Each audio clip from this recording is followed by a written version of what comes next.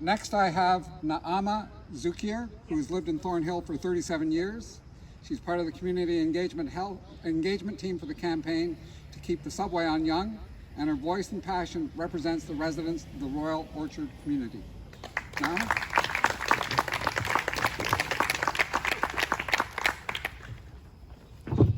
Hi everyone. Thanks for coming.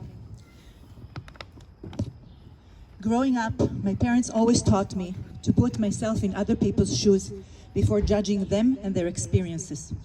Now I need all of you, Premier Doug Ford, Mayor Frank Scarpitti, Metrolinx, and anyone who feels it's okay to call me a NIMBY, to put yourselves in my shoes and the shoes of all of us Royal Orchard residents who are growing more and more helpless in our very reasonable desire to avoid our futures being permanently affected by the tunneling under our homes.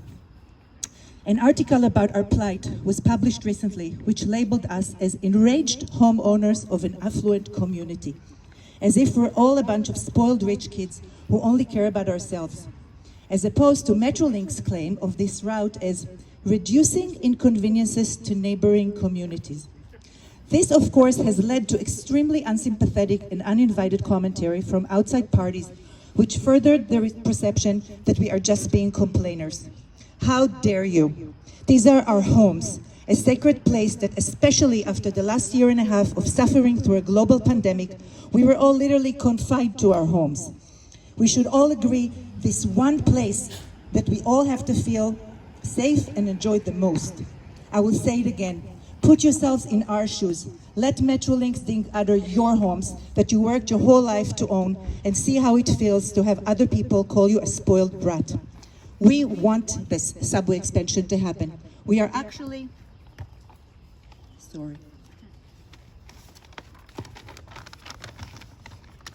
We are actually waiting and hoping for this to come about for over 10 years, but not like this, not under our homes and our community. At the latest and third Metrolinx community engagement meeting, Metrolinx Stephen Collins admitted to me when asked that the benefit of this go-ahead option 3 route is not even for the Thornhill or Markham communities' benefit, but for the benefit of a future Richmond Hill community planned for 20 to 30 years in the future. This is supposed to be the justification for us having a subway tunnel dug approximately 10 meters under our basements, where a train will pass by 390 times a day, 365 days a year, and we're supposed to just trust you without concrete proof that it's not going to be that bad. Unacceptable. In a recent social media post, Mayor Scarpitti posted, and I quote, "Not all causes are fought on the front pages of newspapers or social media posts." What does that even mean? Shady back end deal here, or is it just me? I'm sorry, Mr. Mayor, but we need you up front and center fighting for us. All these brilliant overpaid minds, and this is the best option you can come up with? It's time to stop letting these corrupt for-profit companies and politicians brush us loyal taxpayers aside under the guise of this being for the greater good. Right on.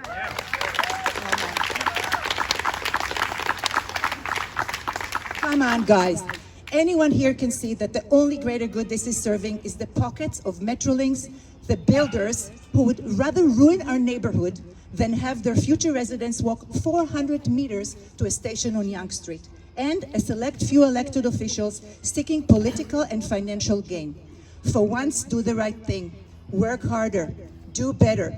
If there was an option 1, and now there was an option 2, and now there's an option 3, you sure as hell can come up with option 4 that won't affect the entire futures of the very people you say you're trying to help. Not under our homes. Do better. Do it right. Keep north and stay on Yonge.